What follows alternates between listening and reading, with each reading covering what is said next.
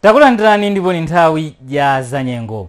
Namundo Jude yemwe tikumuona kuzungulira payo sopano wafika madera mchigawo cha kumwera. Komabe kuyambira mawa masana namundo ameneyo ayamba ulendo wake obwerera mnyanja mchere ya India. Ndiye usiku uno ndi mawa namundo Jude atibweresera mvula yamphamvu komanso ya mvumbi madera a mchigawo cha kumwera zomwe zikupereka chiopsezo chakusefukira kwa madzi. Ndiye chonde tikhale anthu atcheru ndi osamala. Usiku uno tukuyembekezera mvula ya mvumbi komanso ya mphamvu kugwa madera mchigawo cha kumwera. Tukuyembekezeranso nyengo ya mvula madera ena mchigawo cha pakati ndi enanso ochepa mchigawo cha kumpoto.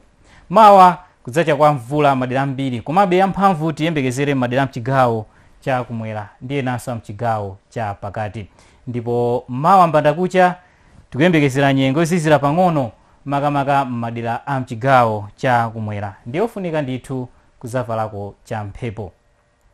Mawa masana mvula idzakhala ikupitirira kugwa madera a mchigawo cha kumwera monga ku Blantyre, kunsanje komanso kuchikwawa. Tukuyembekezeranso nyengo ya mvula madera ochepa mchigawo cha pakati makamaka mvula ya mvumbi. Ndiye mvula imeneyi idzagwanso madera ena mchigawo cha kumpoto monga kunzimba komanso kurumphi.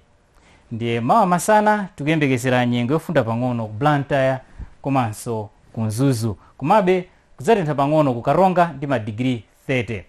Ndiye mkuja uno tukuyembekezera nyengo ya mvula kudzachepa mphamvu madera a mchigawo cha kumwera. Komabe mvula yamphamvu tiyembekezere madera ena mchigawo cha pakati monga ku Lilongwe.